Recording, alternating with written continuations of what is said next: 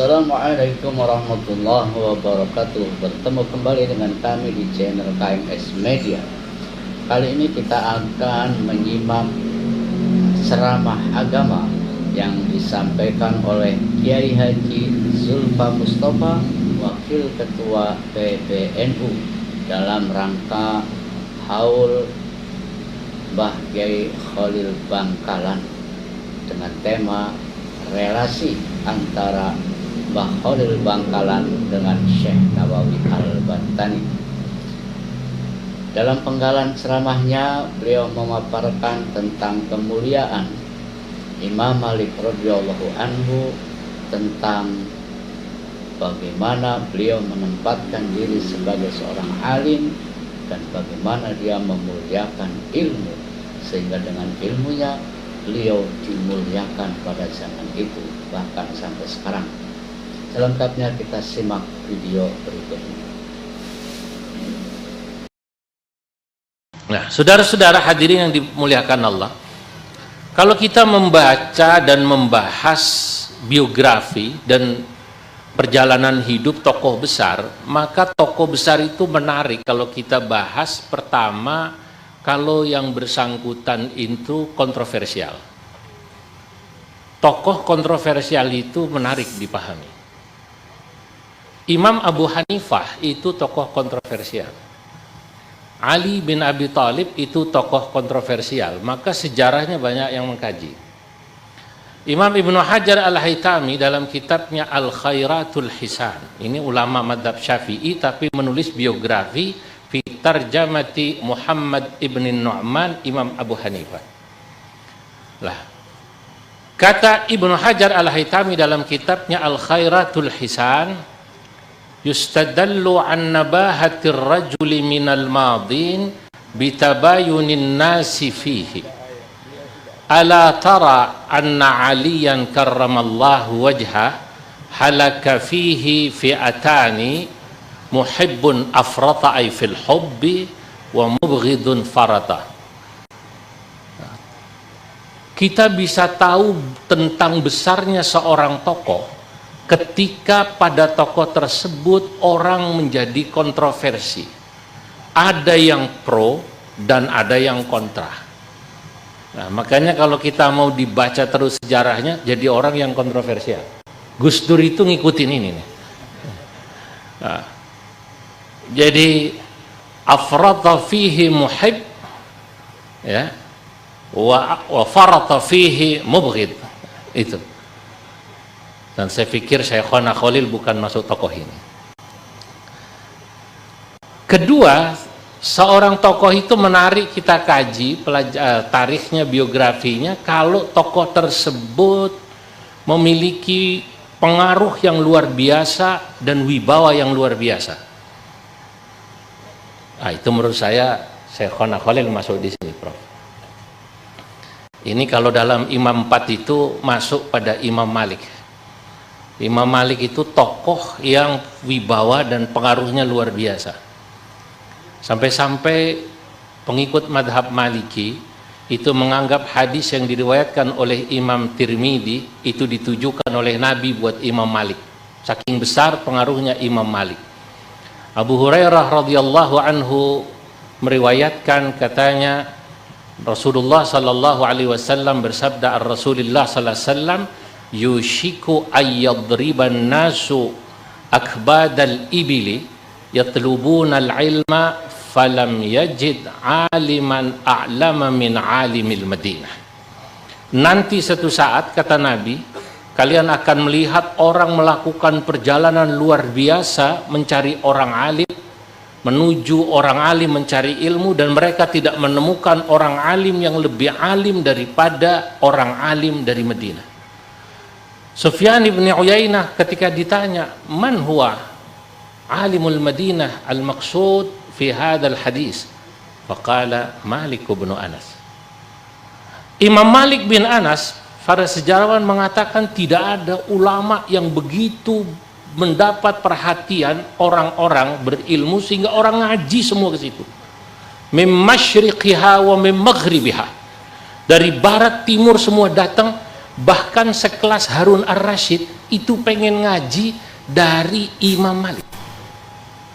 Saudara-saudara, pada masa itu orang itu paling bangga kalau dia pernah ngaji sama Imam Malik, lalu dia bisa cerita kemana-mana. Ketika Imam Malik membaca satu hadis, misalnya hadis ar-rahimun yarhamuhumur rahmanu tabaraka wa ta'ala, hadis al-musalsal bil awwaliyah ini. Misalnya kok Imam Malik baca hadis ini, lalu orang itu hadir di situ, lalu orang itu bisa bangga berkata, haddatsani Malik.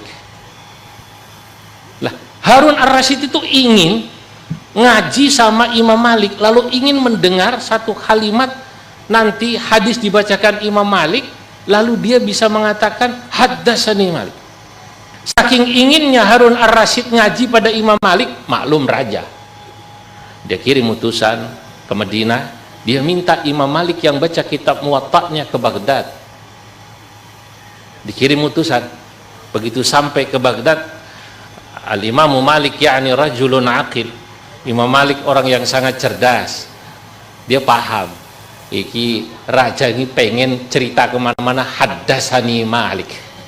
Dulu itu kan orang bangga itu, Pak, sama dua. Dulu itu orang bangga kalau salaman sama orang alim. Kalau sekarang orang bangga kalau ketemu selfie.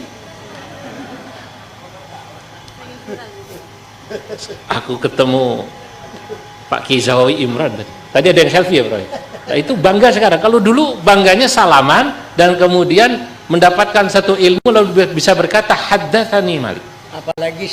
Apalagi selfie. Imam Malik ketika dikirimi utusan daripada Raja Harun ar-Rasyid menjawab lewat surat, yang suratnya dimulai dengan muqaddimah hamdalah sallallahu alaihi wasallam, tapi isinya wa ba'du fa innal ilma yu'ta wa la ya'ti. Kata Imam Malik, begitu dibaca oleh Harun ar-Rasyid, ilmu itu didatangi bukan mendatangi. Harun ar-Rasyid tertegur. Dalam versi lain ada tambahannya, wa innal ilma kharaja minkum. Ilmu ini keluar dari keluarga Anda. Harun ar-Rasyid dinasti Abbasiyah, cucunya Ibnu Abbas, orang alim. Fa in rafa'tumuhu irtafa wa in wada'tumuhu tada. Ilmu itu khalifah, kalau Anda muliakan mulia, kalau Anda rendahkan rendah. Karena ilmu itu mulia, Anda kesini ngaji, jangan saya suruh datang, kata. Itu saking wibawanya siapa? Imam Malik. Harun ar-Rasyid ngalah. Dia, anaknya, menterinya berangkat ke Madinah ngaji sama Imam Malik. Kalau saya madhab Maliki, saya tidak datang ke Syekhona Khalil. Untungnya saya madhab Syafi'i. Kalau madhab saya madhab Maliki, saya tidak datang. Kata saya, Ra Usman, sampean yang datang ke rumah saya. Undang saja tidak datang sampai. Allahu Akbar. Untungnya sampean kenal saya madhab Syafi'i, Pak. Kalau madhab Maliki saya tidak datang ini, Pak. Datang itu Imam Malik. Maaf, datang siapa tadi? Harun ar-Rasyid. Sudah datang, Harun ar-Rasyid bisik-bisik berbicara berdua dengan Imam Malik. Imam Malik, saya ingin panjenengan baca kitab Muwatta berdua dengan saya, supaya saya bisa cerita haddatsani Malik, bukan haddatsana Malik. Kalau haddatsana kan berarti di forum banyak orang. Kalau berdua haddatsani Malik. Imam Malik orang wibawa, Pak. Kata Imam Malik, ya Khalifah, saya tidak pernah mengkhususkan ilmu pada satu orang, tidak untuk orang umum. Kalau Anda mau ngaji, nanti Anda datang di majelis saya ba'dal asar atau ba'dal maghrib. Saya mau tanya, kira-kira Kiai Madura ada yang berani jawab begini sama Prabowo? Yakin, Pak. Potongan Ranasih ini ketua fraksi ya agak mikir kayak. Allahu Akbar. Itu Imam Malik wibawa, Pak. Harun ar-Rasyid nyerah, sudah sampai Madinah, pengen ngaji berdua, masih tidak dikasih. Baiklah kalau gitu, ngaji, datang di majelis umum. Sudah ngaji di majelis umum, kumpul. berharap Imam Malik membaca kitab Muwatta. Waktu itu Imam Malik usianya 70 lebih. Harun ar-Rasyid ma baina arba'in. Pada saat itu Harun ar-Rasyid sebagai khalifah menunggu Imam Malik baca kitab Muwatta. Faidan, ternyata Imam Malik memanggil muridnya, "Ya Abdullah, anta iqra'il Muwatta." Kau yang baca. Tapi sebelum ini saya cerita dulu. Sebelum ini ada cerita. Imam Malik itu, nanti Anda bisa baca kitab Al-Madarik dan Al-Intiqa. Al-Madarik ditulis oleh Qadhi Iyad, ya. Al-Intiqa oleh Ibnu Abdul Bar. Jadi Imam Malik melihat raja itu disiapkan kursi khusus, nyender seperti inilah, siap, ada lemek yang dalam.